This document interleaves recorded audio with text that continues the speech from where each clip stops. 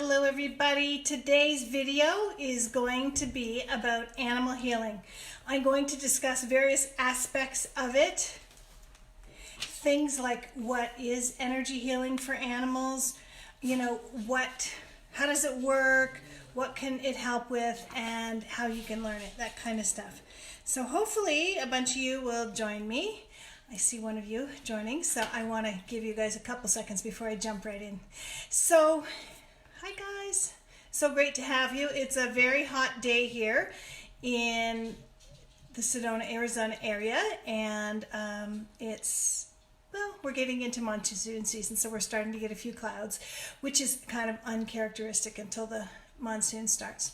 So I want to talk today about animal healing. Oh, great question, Katie. I'll answer that while I'm waiting for a few more people to join. So what alchemy means is taking an item of little worth and turning it into an item of great worth, like taking metal and turning it to gold, so to speak. So it's like that you've heard the word alchemical. It's like by using an alchemical process, you can change an item from just an okay item to a highly valuable item. And alchemy is all about shifting and changing our animal companions. Oops, my puppies, I knew they were going to start this right when I got going. They think it's their TREAT time, and they are correct. I forgot to give it to them. So anyways, we're going to be talking about healing. And basically, when it comes to animal healing, first of all, it's important to really understand what healing is. And healing is a way to release any imbalances or blockages in a being, in this case in animals, but it's the same with humans. So it's to help to return homeostasis for any kind of being. And it's the healing energy doesn't really, like if we're healers, the healing energy, we are the conduits for the healing energy. We are not actually the ones that are bringing the healing through. We are the conduits for the healing that wants to come through.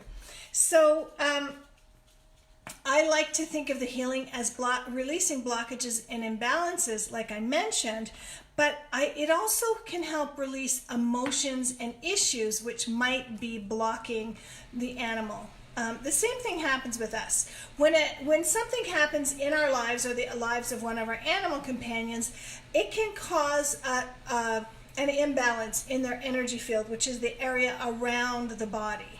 And so when that happens, let's say something happened and it was sort of sitting in my field here. It hadn't already made its way to the physical body, but it was sitting in my energy field. Then eventually that can work itself all the way into my physical body and create imbalances on the physical, level, which is like dis-ease or disease as we know it. So that is what healing is. And how it works is, there's a number of different ways we can heal a being. And again, we're focusing on animals. So the way we would, one of the ways we can do it is by hands-on healing, where we're channeling energy, in through our crowns and out through our hands into that being. That's one very common way, something like Reiki, for example. The way that I teach is through a system where we actually get in touch with the higher self of the animal, and we see what the higher self of the animal most wants us to heal. So that would be like their priority for healing. And then we would work with that to help them alleviate some of whatever it is that's bothering them. And the sky could be the limit. Something that bothers one human or one animal does not necessarily bother another. So my system basically taps into the animal like as if you would sign into a computer, and thinks of their energy field like your computer, and then it allows us to bring up, like as if we opened a file out of our documents or something, onto our computer screen, and then look at it and go, no, we don't need that, and delete it. So it just disappears and it's no longer in our documents. That's a very simplified way of explaining the way my healing system works. And another thing that I find really incredibly interesting is that sometimes talking to an animal, just literally letting them vent. And part of my program is the animal communication side of things. But allowing an animal to vent and share with you can be phenomenally healing. Just like, think of a time when you've been really stressed out about something, and maybe you've called a good friend of yours or something and really had an amazing talk and shared all kinds of things that have been going on, and how you felt after that, how you just felt like you just like dumped all of your troubles, and they're kind of now already starting to make you feel better. So that is another way that the healing of the animals can really help.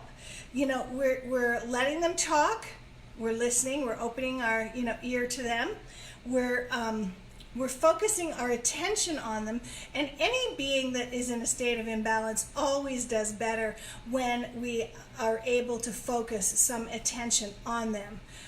And then we have an intention within us that they can heal. So it's the listening, like they're talking, we're listening, we're focusing our attention and our intention on what we would like to create for the animals, and it really does create some healing for them. So, one of the interesting things is sometimes when something's going on within us or within our animal companions, it's not always evident as exactly what the root cause is. And that's another thing. We try to get to the root cause and clear the root cause so that we don't have to have everything that follows suit afterward to deal with. So when we're healing our animals, something can come up, and it can be related to something that is so different from where you think it might come. And by the way, if you're tuning in, please let me know where you're from. I always like to know where everybody's at, and give me some hearts, and sending lots of hearts and love back to you guys. So animal healing can help with so many things with our animal companions. It can help us help them when there's physical ailments. Of course, it's not a substitute for veterinary medicine. It's a great partner for veterinary medicine. And I've worked with many vets over the years, and I work with my own animals when the vets are seeing them, and my students do the same. But it can work on things on a physical level. It can work on emotional issues, any kind of emotional issue. Hey from Michigan, Suzanne.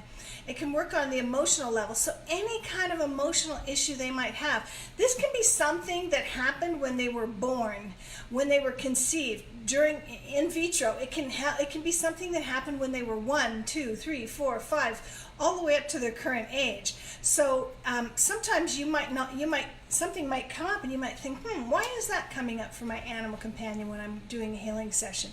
And what you might find is that it was something from when they were 2 and you didn't even have them yet then. But by clearing it now, we can help alleviate any of the disturbance that it's causing for them in their energy field, which can work its way into the physical realm. So that is a really important thing. Another interesting thing is that animals can actually pick up on energies from the people they're with. So sometimes if your animal has something going on, or have you ever noticed sometimes when something's going on in your life, something will happen with your animals, and sometimes they absorb from us. It's not always, but most of the time they will absorb something from their people. They can, you might have a company for a month from overseas or something, and they could absorb something from that person, or from a past person. Hey, in North Carolina, yay, in Iowa, good to see you guys. Let me know where you're from. And so what's really important is knowing how they get these imbalances can be good for us, because it can help us. It can help us absolutely know how this imbalance happens. So not only do they have things that impact them through their whole life, from conception through in utero into to birth, all the way up to their current age, but then they can absorb things from us. Another interesting thing is they can absorb things from other animal friends of theirs. So it's like it's not just us, it's from their animal friends too. So, and then another bigger thing that we often don't think about, but this is so very true for our animal companions, they can be absorbing and feeling things that are happening in the world, current events. You know, if there's a flood somewhere and other animals are affected, even though they're not in that flood, they can connect in with that mass energy, or that, you know, collective consciousness. They can also suffer injustices done to their species as a whole. So, you know, although you may have a dog or a horse or a cat, they're tapped into that, you know, overlighting deva of dogs, horses, or cats. So sometimes what we're healing in them, it may not make sense to us why this is coming up in their energy field. But what might be happening is they are reacting to something that is more global or more, you know, environmental, etc. So there's all kinds of things that we can do, and they are more tuned in and tapped into that kind of thing than human beings even are. So how many have had some successful healing work, either did some successful healing work or have had some successful healing work done on one of their animal companions? Give me a thumbs up or a heart, and let me know if you've experienced this firsthand or via another, because it really is amazing. So as I mentioned, it's when we allow them to either talk to us, and that can be talking through animal communication. It can even be talking through their body.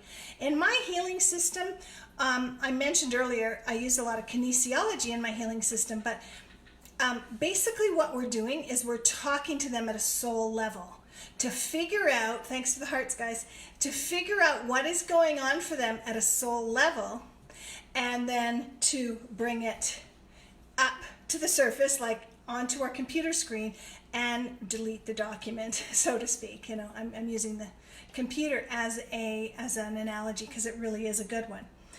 So what can healing our animals help with? I started on this. It can help with anything on the physical level. So if, you know, I have an elderly dog, Carly, who was barking a little bit at the beginning of the video.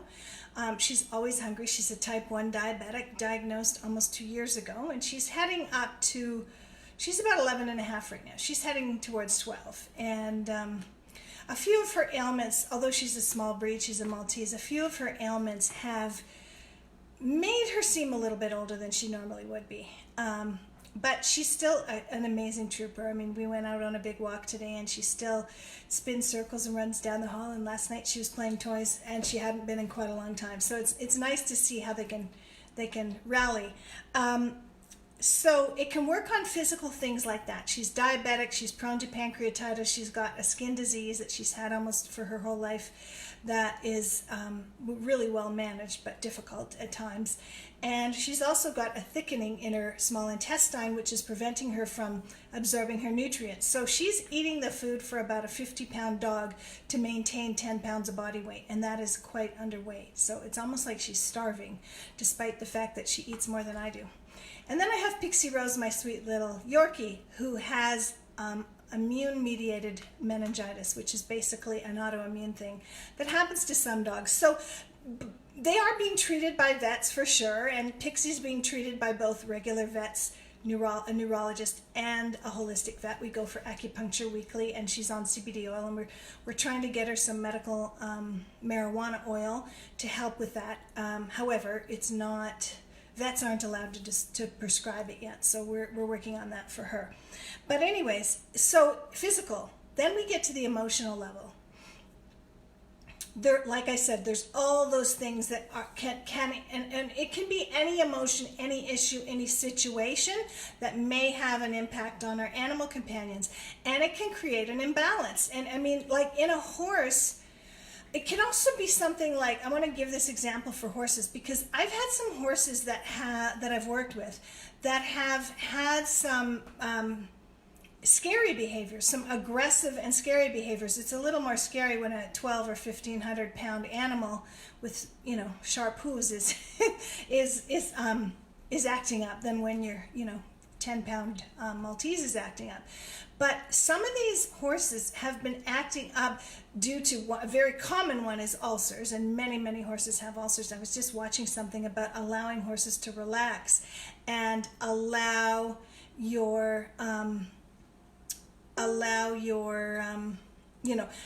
that whole digestive system to relax. But so it could be an ulcer situation. I've worked with a mare that was getting very aggressive, and instantly she told me she had an ovarian cyst, which was later confirmed by an ultrasound. So that can be a situation. It could be something like a ill-fitting saddle. Especially when an animal has changed their behavior, there's always something. It's not just like by fluke that they're one way for a year and then they change their behavior. There's something going on. So I urge you guys to always tune in and go the deeper level. I see some of you are saying, Donna says, yes, our heavenly fur baby did that. Jean says, what's your opinion of Dr. Vet Marty's food? Is that the vet in the northeast U.S.? I forget his last name right now. It's if it's Goldstein, I think Dr. Marty Goldstein, is that his name? It's been so long since I've read his books. I think that's what you mean. But Jean, let me know if that's what you mean. Basically, I'll tell you that I am a true believer in feeding as much as possible a species appropriate diet. That's a big thing. And whether that is raw is probably the best based on enzymes, etc. But it's not always possible for every single pet owner or even for every animal. Carly loved raw at one point in her life, but she wouldn't continue to eat it. So what I feed them is a human grade, home cooked, but I don't cook it myself. I buy it. It's a pet. It's called My Perfect Pet. And it's partially cooked, so it's not fully cooked, and it's real food. I mean, it's frozen bars, and when you defrost them, you can see the bits of chicken and the blueberries and the different things that have all been ground up in there. I think there's a lag time on the comments. So, Jean, I think you mean Dr. Marty Goldstein, and if it is, he's like a leading authority on diet. So, the one I'm feeding my dog is good. If you're going to make your own food, it's really important that you really study all the nutrients that they need, because just throwing three ingredients in a bowl isn't really going to give them everything they need in most cases, and especially with cats. So I'm a fan of feeding them as appropriately as we can for the species and what they would have eaten. Like, for example, don't make your cat be a vegetarian if you are. Oh, Angie, thank you so much. Angie says my animal energy certification training is amazing. I just worked on a retired racehorse. I love doing this work. Thank you, Angie. I'm so happy to hear that. And I do still want to interview you. There's been a bit of stuff going on. So really, the reason I wanted to make this video is because I wanted to let you know that healing isn't the end-all be-all answer to everything for our animal companions, but it can make their lives and the lives of other animals so much better. I've seen miracles happen. I worked on a cat, and the vet told my client that her disease was incurable, and one day, after a couple of years, she made an appointment to take her cat in, and she said when he walked into the room, the vet, he nearly fell over because he's like, how can she still be alive? What she had going on, she should not be alive. He had just assumed she died, but she was doing so well, she hadn't taken her back to the vet yet. And I've seen things like animals that are going through so much distress, whether it's emotionally, physically, mentally, spiritually, come into just a state of relaxation, and from a state of relaxation we can heal. We can all heal so much better, than when stress is added. I've seen, like, I worked on a racehorse. Angie just mentioned working on a retired racehorse today, and I worked on a racehorse that was really loved to race. I had tuned in, and his owners wanted to talk to him to make sure he did want to race. In his practice times, he did phenomenally well. He was always his times were fast enough to win any race. And we had, again, like I said, checked in on him. Let me just have a sip of my water here. It's dry here in Arizona. And we had and in the starting gate, on race day, the hoopla of race day, which is a whole different, energy than on training days, would be so intense, and everyone's frenetic, and he's at a different place, or, different things are happening, and everybody's worked up, and he would get so worked up. He would be just so difficult to deal with. And in the starting gate, he was just a wreck, even though they practice in the starting gate when it's not a race day, but the energy is a lot different when it's not a race day. So he'd be in the starting gate, and he'd be just using up every last ounce of his energy, and then when the race would start, he'd just tank. And the fastest horse who would win, the horse that came in first, was not even running at the speed he was capable of running at in his training, but he couldn't seem to do it, even though he said he wanted to. So I had a talk with him one day. It was the day before a big race at Belmont, and the horse's name is All the Way Home. He's retired now.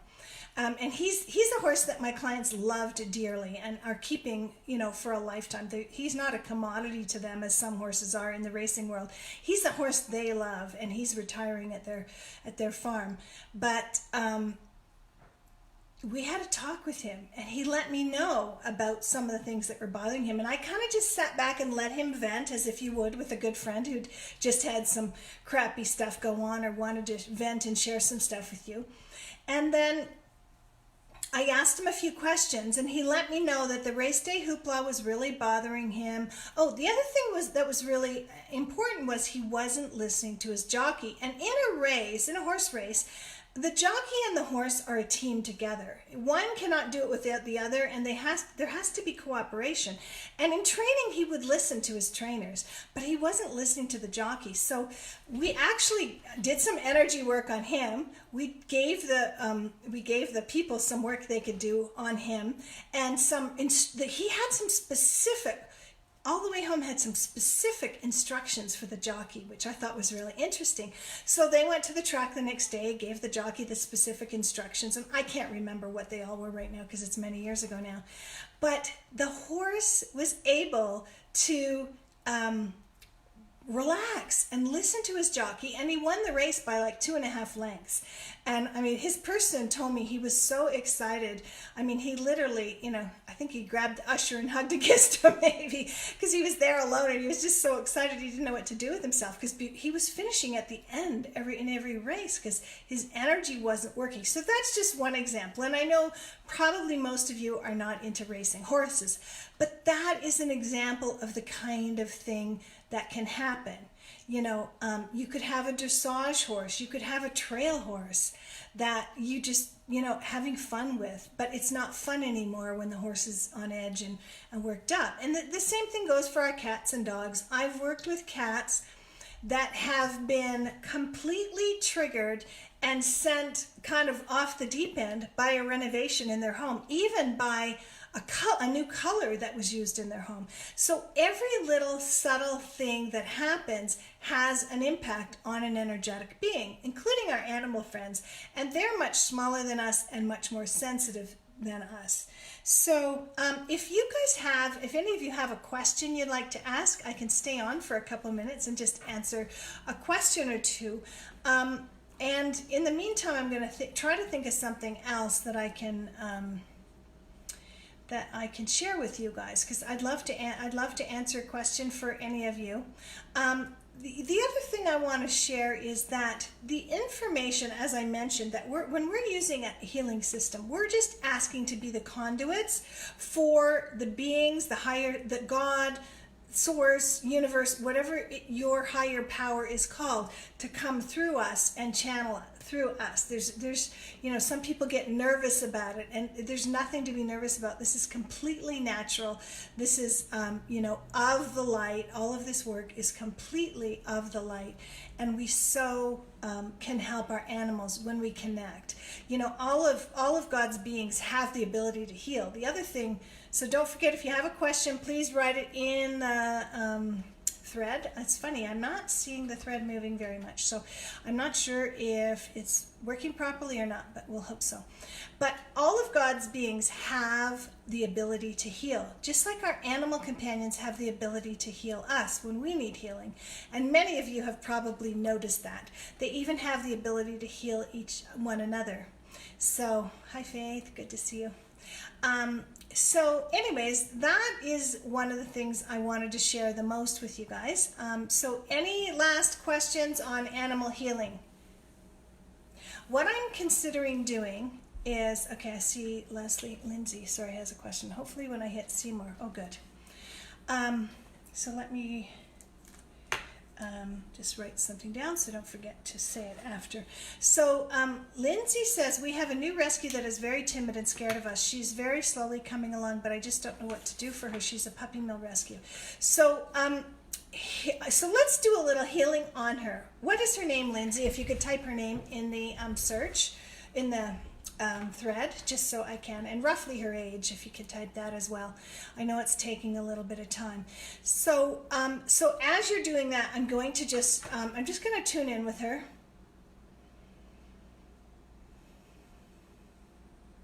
And her name will help me.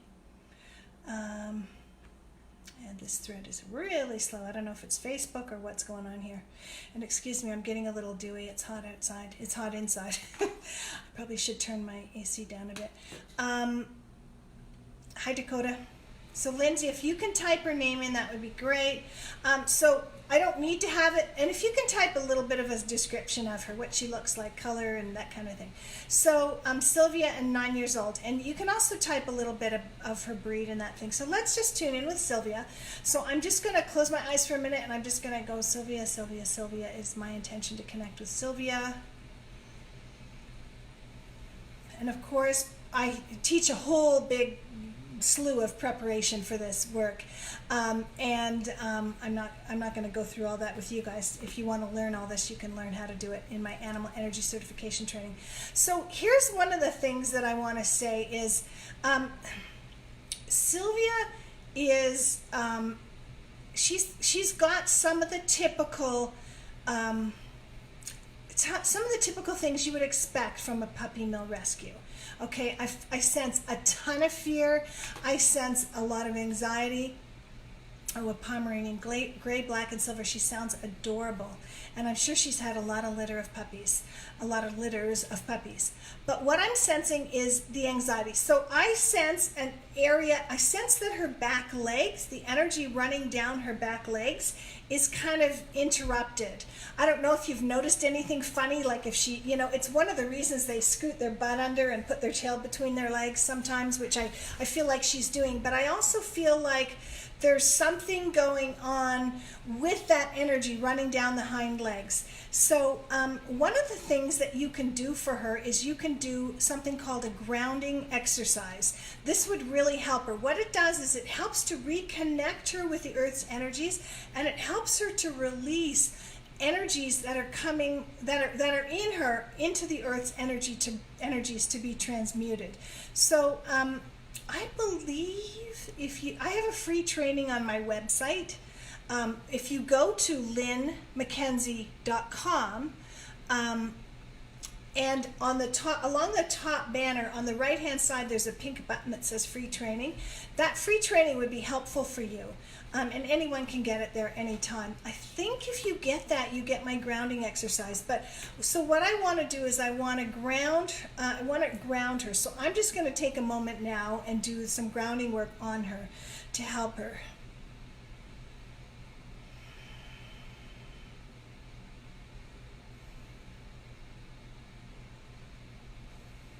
And I'm going to visualize her in a pink bubble of light. You can think of it as an iridescent pink.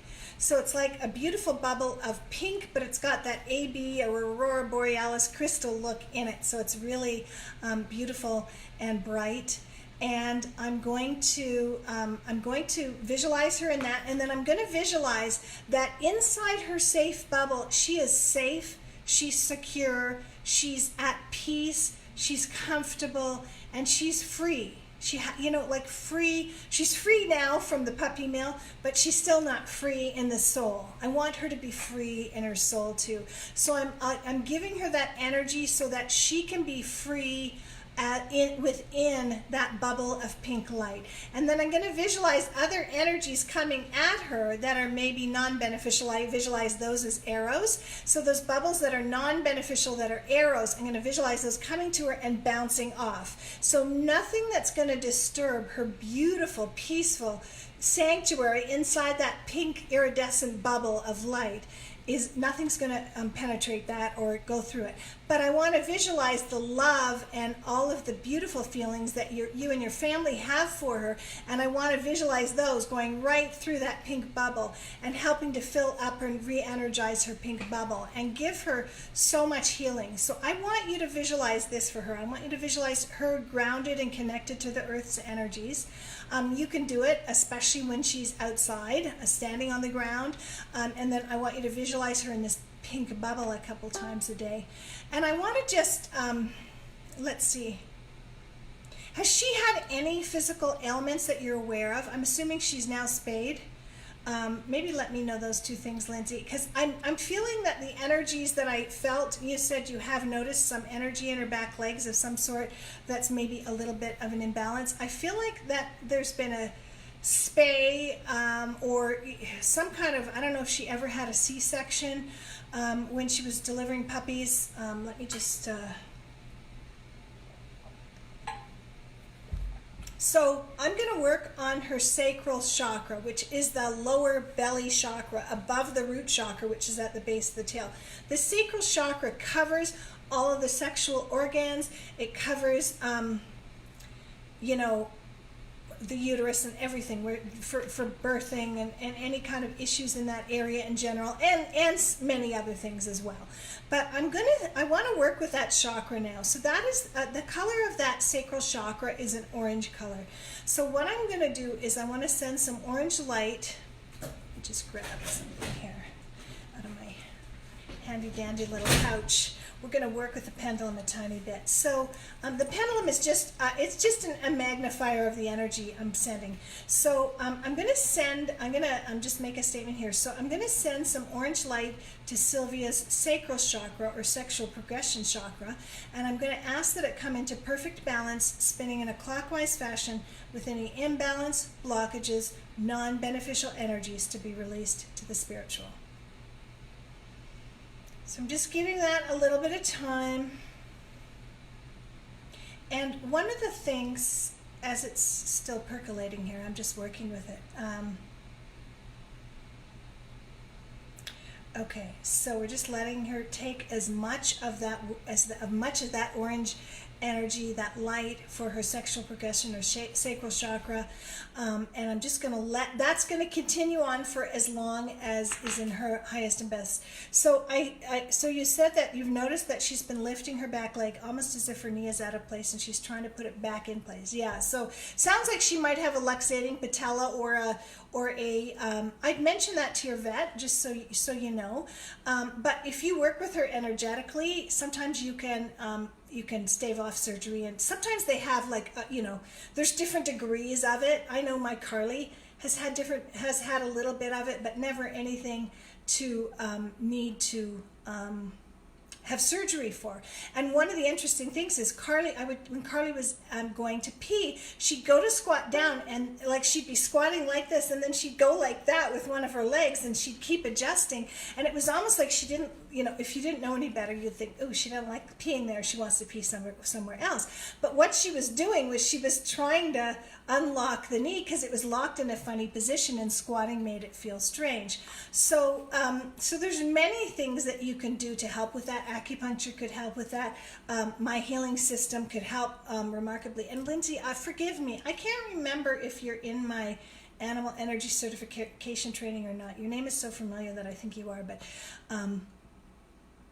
forgive me. I have too many people to remember. I can't sometimes not remember what I had for lunch anymore. But so what I'm going to do is I want to send some, let's just see. A joint supplement might also be helpful. Of course, a joint supplement for dogs, and you can ask your vet, and if you have a holistic vet, even better, because they'll give you something that's more holistically oriented. But the other thing you can do is you can try any dog that's 9 anyways is already getting joint issues pretty much for the most part. So there's lots of different supplements on the market for dogs for their joints. And what you'll find is that some will work for her and some won't work. So if one isn't working great, don't give up on them altogether. Just try another one. Oh, okay. She's not, so Lindsay's saying she's not in my training, but she watches my lives. Yeah, your name is very familiar. That's why I was like, is she in my training or not? But yes, so I've had clients that have had so many dogs that they could do their own, market research, or whatever, not market research, but, they could figure out that some of their dogs would respond really well to one supplement for arthritis and some of them wouldn't. And then they try a different one on that dog and the different one would work. So that can help as well. Acupuncture could be really good for her. And, so yeah, that's amazing. How many of you guys would like to see me do like a weekly healing video so that you could learn a little bit more about how you can heal your animals? So if you want that, please give me the thumbs up, give me a heart, because I'm thinking it might be a good thing just to kind of spread the word. And if you guys like this kind of information, if you like it and share it, sharing really helps. And it makes it easier for me to be able to give you guys more complimentary work like this. So I would love to do that for you guys. So definitely share, and I will give you guys some notice on the Animal Alchemy page as to when this is going to happen.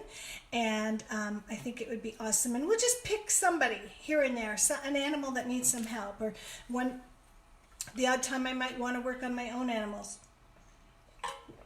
I'm going to choke here a bit. Hang on. Excuse me. My throat's dry.